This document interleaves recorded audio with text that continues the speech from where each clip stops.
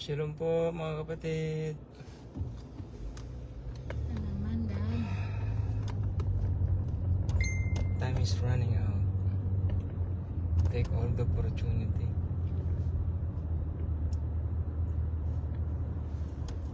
Dito ko yata nakita yung dun eh.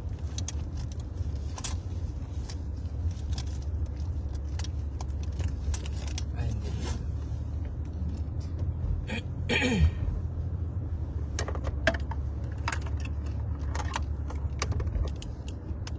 Tulog pa po sa Pilipinas, 6 o'clock.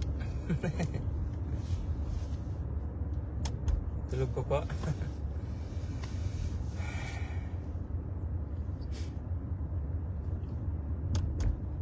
Malapit na po akong gumaling, mga kapatid ko.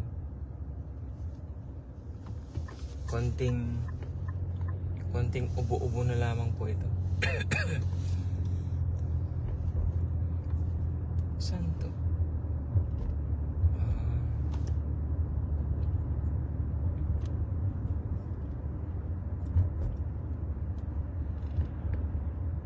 Sana po walang magsimba sa Halloween eh. Walang magsimba, walang mag-celebrate ng Halloween.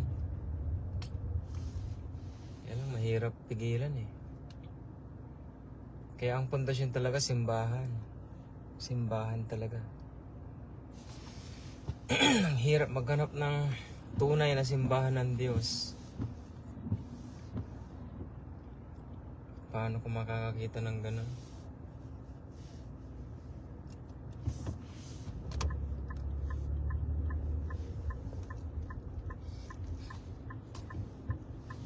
Sa tagal na rin. Hindi ko pang habulin.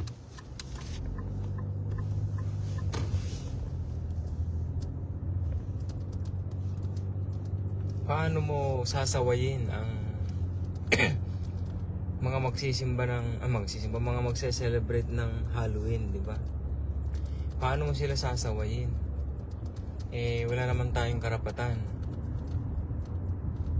Kahit na pastor ka pa at kapatid mo sa pananampalataya yung nagsisimba sa simbahan mo, hindi mo pa rin siya basta-basta kayang sawayin, nasa sa kanya pa rin. Kaya ang isang nagtuturo, ang isang pastor sa simbahan, talagang nagtuturo lang talaga. Kahit nasabihin mong nagpipreach, kung mababaw naman sa pananampalataya yung pinagsasabihan mo, wala, magagalit din, may stumble pa.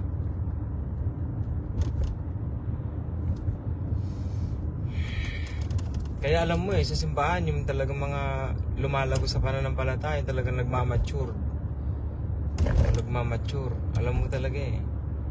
Tsaka alam mong itapat yung level mo sa kanila.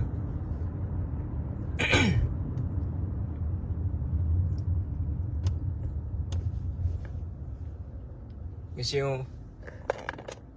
yung makita yung sa labas.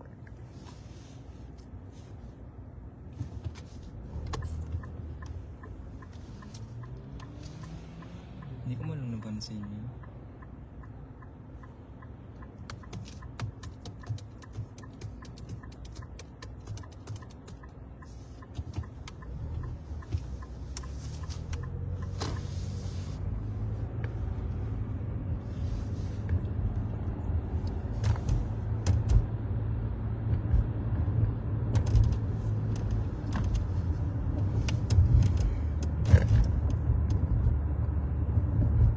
Ang malaking katanungan ko po kasi yung bakit excuse me,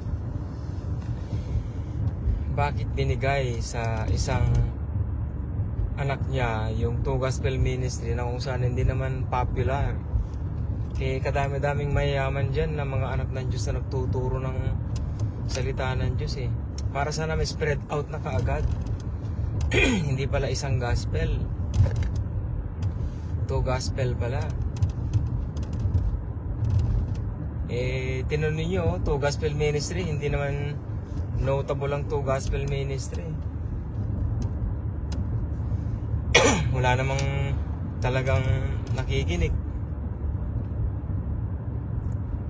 So, paano mo may spread out yung two gospel, di ba? Dalawang ebanghelyo. Kahit mga pastor nga mismo huwag mong abusihin yung grasya, huwag mong abusuhin. Paano nga naman nila hindi aabusuhin? Wala naman ng ibang gospel na tinuturo kundi death and burial and resurrection, di ba? So, anong gagawin nila? Tapos sasabihin mo, huwag abusuhin. Di ba? May magagawa ka ba kung wala na silang ibang paraan para maiwasan ang pagkakasala? Hindi talaga nila maiwasan yun, yung pagkakasala na yan.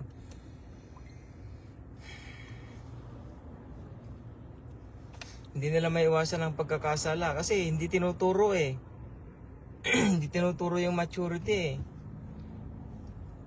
Kaya opposite sa seminary sa loob ng sa loob ng bahay. Sa bahay, pinapagalitan natin yung mga anak natin, tinuturuan natin ang mga anak natin, sinusuway natin ang mga anak natin na alam natin na hindi naman nakakabuti sa kanila. Diba? Pagdating sa simbahan, hindi mo naman magawa mo nga, aalis naman sa'yo. Diba? So anong gagawin? Diba? Hindi mo magawa sa simbahan yun. Sawayin mo yung mga anak ng Diyos sa simbahan. Subukan mong sawayin, naaalis yan. Lalo yung mga may pera, iwanan ka niya na, hindi na sila magtatize, hindi na sila mag-offering. Doon takot yung mga pastor Di ba po? Hello po. Shoutout po sa inyo yung mga nanonood.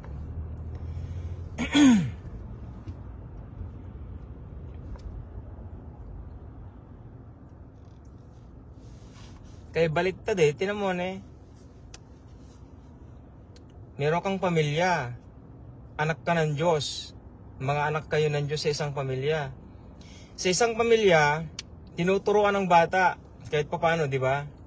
Tinuturuan na maging mabuti, maging magalang sa mga magulang, mapagmahal sa Diyos. Pag nagkasala, pinapalo yan, pinapalo sa puwet. Ngayon, pinapalo pa ba ng mga magulang mga puwet ng mga anak nila? Hindi na, Yan ang pagsunod sa demonyo, di ba? Pagsunod sa demonyo yan, hindi na pinapalong mga anak. Kaya paglaki, mga tarantado, mga makasalanan ka mo na. Kahit na nga, Kristyano ka pa na sinasabi mong Kristyano ka, pag di mo dinisiplina ang mga anak mo, walang kwenta yan. Diyos nga mismo dinisiplina niya yung Israel. Ang titigas pa rin ang mga ulo nila. Diyos na yan si God the Father na. Kaya lang maling pagdisiplina niya. Hindi na ko sinasabing mali, sobra yun, sobra. Pag nagkasala ka, patay ka talaga. Sa Old Testament yun, pag nagkasala ka, patay ka.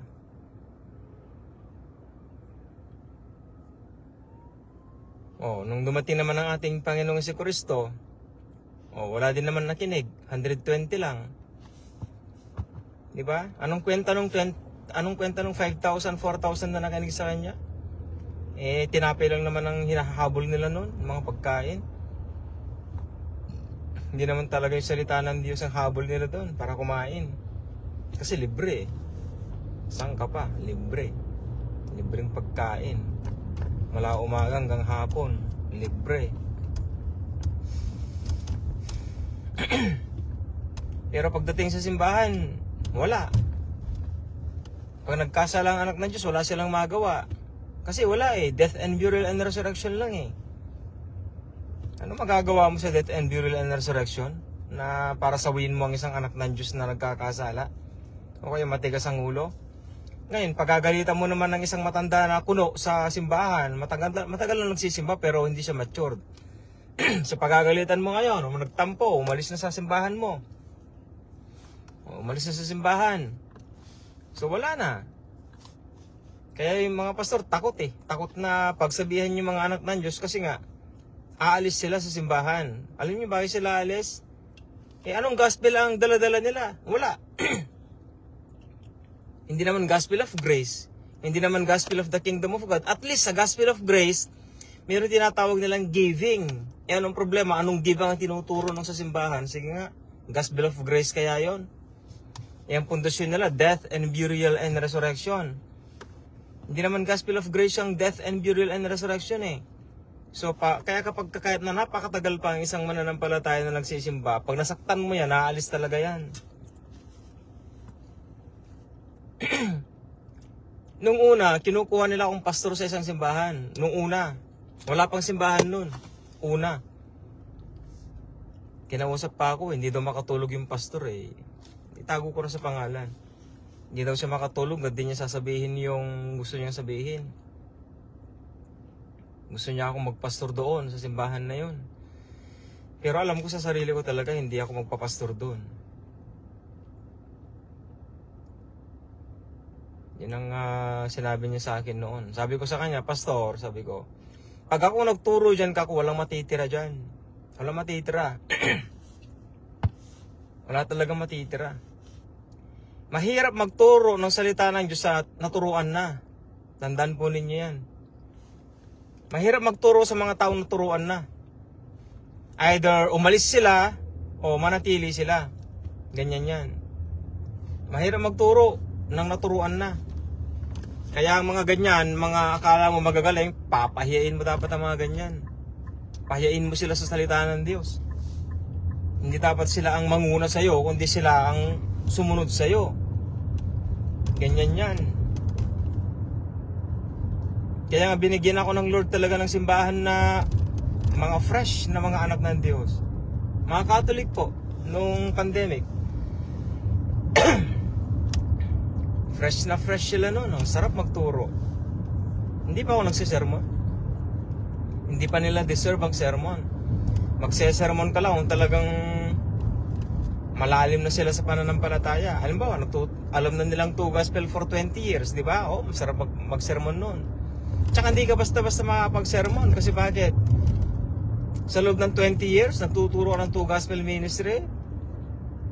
Founded na yung mga yan, ha? Talagang kahit saan mo sila idala, susulong yung mga yan. Kung sakali lang umabot ng 20 years bago dumating ang ating Panginoong Jesucristo. Diba? Naririnig nga po ninyo ang 2 gospel ministry yung gano'ng kalalim eh.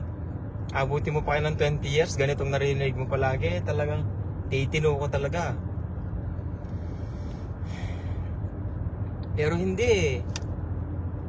Paano mo pagsasabihan ng mga anak ng Diyos na huwag silang magsamba sa Halloween, mag-celebrate ng Halloween?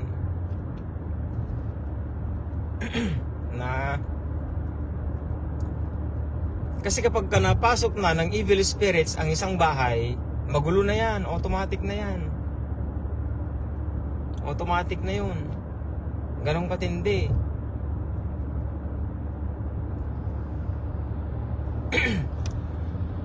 Ang tigas ng mga ulo ng mga Kristiyano pa man din.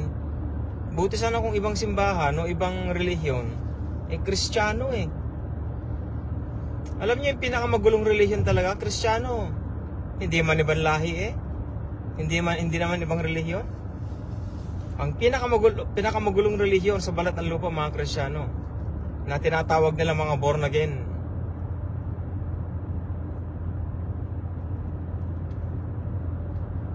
Di ba? Nagtuturo ang Panginoong Jesucristo ng kabanalan. Anong tinuturo ng mga pastor? Kalokohan. Kabaliktaran. Anong mapapala natin doon? Wala ka talagang mapapala. Hindi ko maintindihan bakit ganyan ang nangyayari. Dapat sana nagkakaisa ang mga anak ng Diyos, nagmamahalan ng mga anak ng Diyos bilang mananampalataya. Wala ka mong makita eh. Ang hirap makakita ng gano'n, yung talagang mga tunay na mga anak ng Diyos, wala kang makita. Meron man pero konting.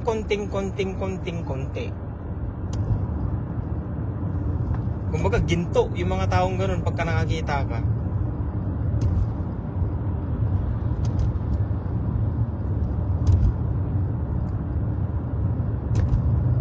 Ang hirap.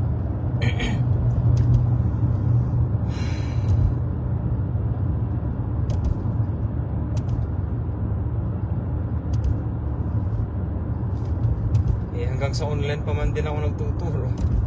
Hanggang sa online na lang muna. Wala naman akong magagawa. Kumbaga yung naibabahagi pa ng Panginoong Jesucristo sa online, general. Kung sino yung matututo, yun na lang. Iba kasi pagka nasa simbahan ka talagang lahat dapat matuto. Matuto dapat sila. Ilang po ninyo mga mahal ko pong mga kapatid, lugar namin.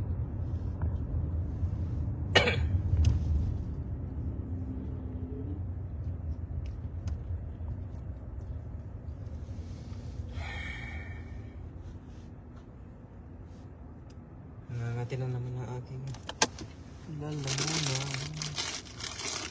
Ito pala.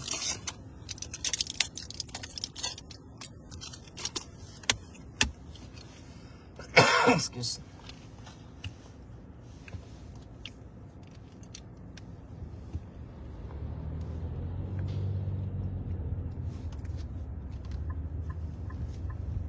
So paano sila matututo?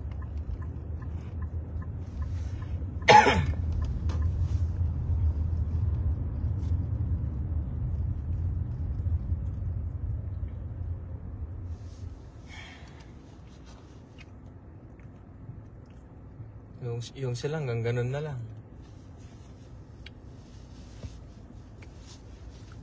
Kung ano yung alam nila, yun na lang. Kung ano yung gusto nilang ituro, yun na. Madali lang naman magturo Kahit naman ang isang bata, pag turuin mo, magtuturo yan. Anong gusto mong ituro? Siyempre yung alam niya. Ituturo niya yung alam niya. Yan, pastor. Kahit na hindi niya alam, tinuturo niya. Kahit na hindi niya ginagawa sa buhay niya, tinuturo niya. Akala mo sinong banal, di ba? Ang hirap magturo Kaya kung sasaliksikin natin ng mga pastor, anong ituturo nila? Kung tutusin, wala. Konti lang talaga yung mga anak at mga pastor na talagang ang hirap talaga, oo. Ang hirap naman magturo ng ganito. Nasa last days pa man din. Nasa last days pa man din, talagang ang purpose na lang talaga as a witness.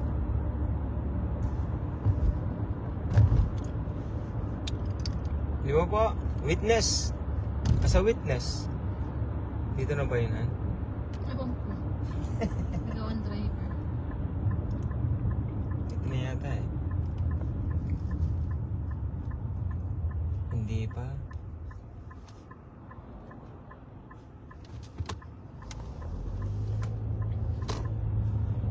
Hindi pa. Sabi na ba? Ay, ito na yata. Saan na ba?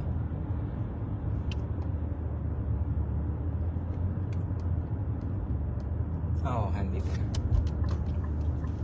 Kamali ako. Lumabas tayo.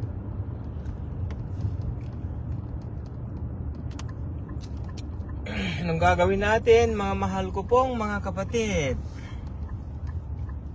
Sa ating Diyos na buhay, binabanggit pa man natin ang Diyos namin ay buhay. Buhay nga, patay naman tayo sa Kanya.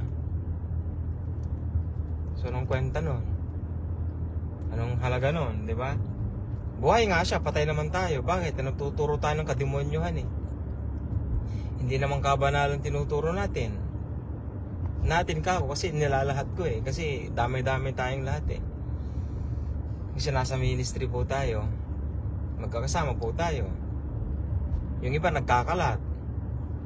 Ang iba nagdudumi. Ano naman yung iba?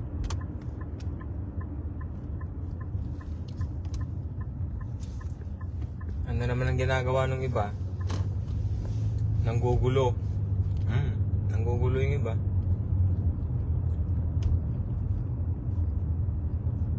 Hirap ng ganun.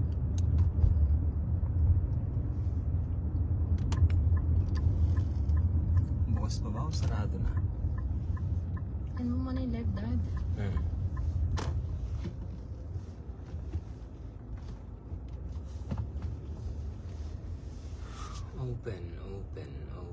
Open. Sige po, mahal kong mga kapatid. Mamaya po ulit. Bye-bye.